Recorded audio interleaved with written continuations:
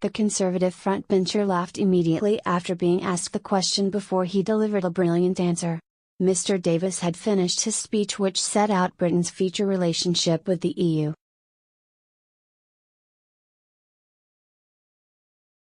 The Brexit Secretary said the UK will be able to race to the top and will not turn to a state of lawless chaos after cutting ties with Brussels.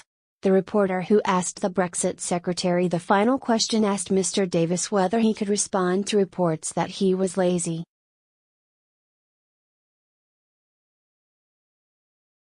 The Conservative politician laughed before he said, "They should give them my travel schedule, which starts early in the morning and arrives rather later than most people go to bed."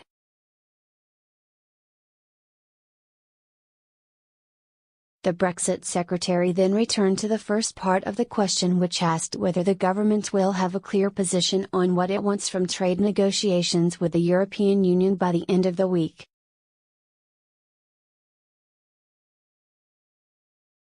Mr. Davis said, "The difficulty with answering the question is that there is no final answer. We have started back at Lancaster House with the grand outline of the plan, which is the same as it is now in outline.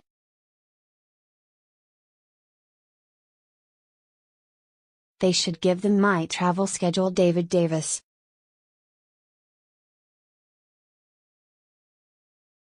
It was fleshed out in more detail in Florence. The 2 white papers on it. There are any number of 14 policy papers. I lazily gave up my holiday all summer to sign them all off.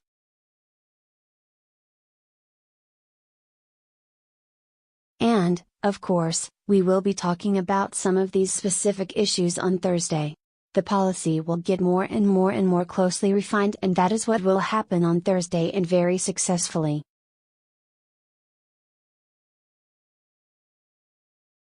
The Brexit Secretary then took one more dig at reports of being called lazy before he finished answering questions.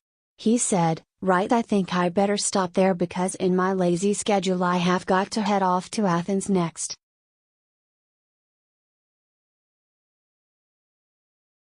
The Brexit Secretary is set to visit 5 European capitals in 3 days, where he will outline how Brexit Britain will race to the top. Mr. Davis will also reassure European leaders the UK will commit to the highest regulatory standards after Brexit, which should mean minimum barriers to trade with the EU will be erected.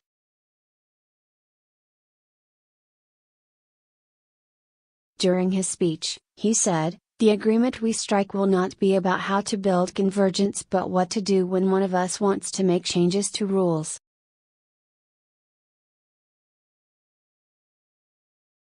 Neither side should put up unnecessary barriers during this process. A crucial part of any such agreement is the ability for both sides to trust each other's regulations and the institutions that enforce them.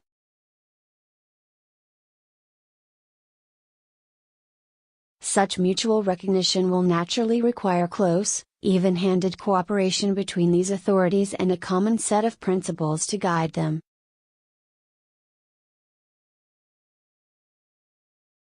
And the certainty that Britain's plan, its blueprint for life outside of Europe, is a race to the top in global standards, not a regression from the high standards we have now, can provide the basis of the trust that means that Britain's regulators and institutions can continue to be recognized.